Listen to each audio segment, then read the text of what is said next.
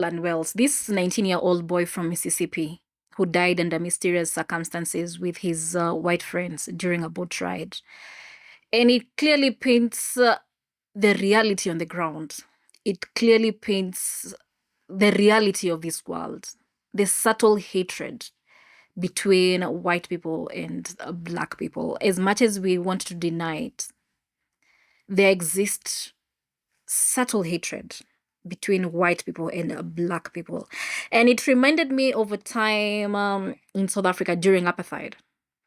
White people admitted to inoculating a vaccine to eradicate, like completely eradicate the black community or the black people on the African continent. And the idea was just to promote white supremacy on the African continent. You mentioned actively spreading AIDS. There was a unit in from CIMA that one of the things was that we went into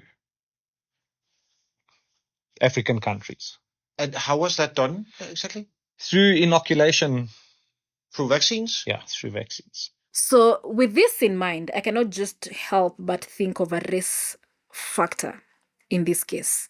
And if indeed race is a factor in this case, then Nolan might have missed a slur or two in between the friends' jokes.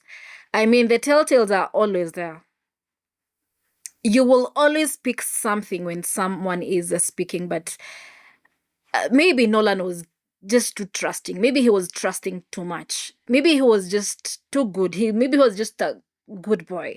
I was listening to the dad during an interview, and the dad said something that I picked. He said that Nolan did not see color. He chose to see people as they are. And I felt that maybe Nolan might have overlooked some slurs. He might have, taken jokes. He might have taken jokes, but they were not really jokes. But the reality is there exists indifference between black people and white people. Anyway, listen to this. Do you think race might be a factor? Like my wife said, I don't want to believe that, but it's just it's so many things have happened, and so many things have been swept under the rug. Like I said, Nolan didn't see color. He saw people for who they are, and I used to always tell him, "So you need to go out there close, because everyone is not going to reciprocate that same love that you give." I just want transparency. I just want to know what happened to my son. Christine, why does that make you so emotional? Because he just had a big heart. Like, to really know Nolan, to have him as your friend it was something special. People aren't like him. He was just different. And do you worry that he might have trusted too much? sometimes, yeah. And that was something we always talked to him about. This story reminded me of a story I covered earlier this year of an American influencer called Ashley Robinson. So Ashley, I used to follow her on Instagram, and she used to say that she felt some type of way towards black people and black guys, to be specific. And she used to say that she would not date black guys. And true to her word, she used to date white men. And so there's this white man she was dating.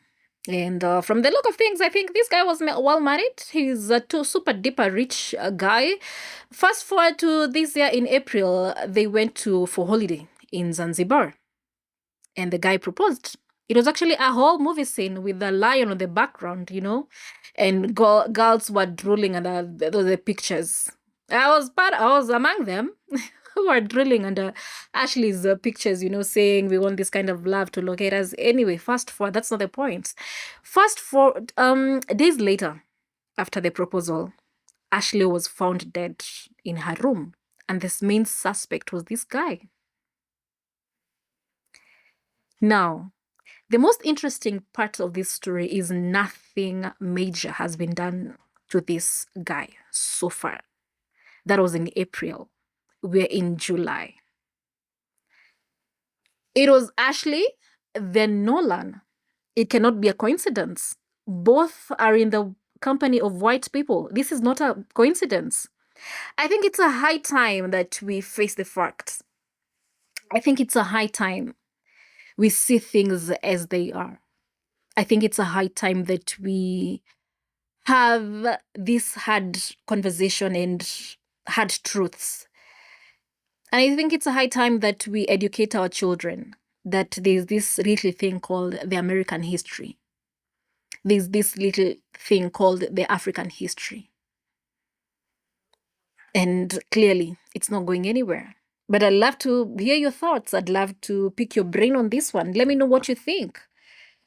Let me know what you think under this video. I'll be waiting to read your comments. Anyway, my name is Wangari Njuguna, and thank you for watching. Kindly subscribe to my YouTube channel, Wangari Njuguna. Also, remember to download our app and sign up today for our latest news right at your fingertips. I'll see you in the next one. Kwaheri ya kuonana.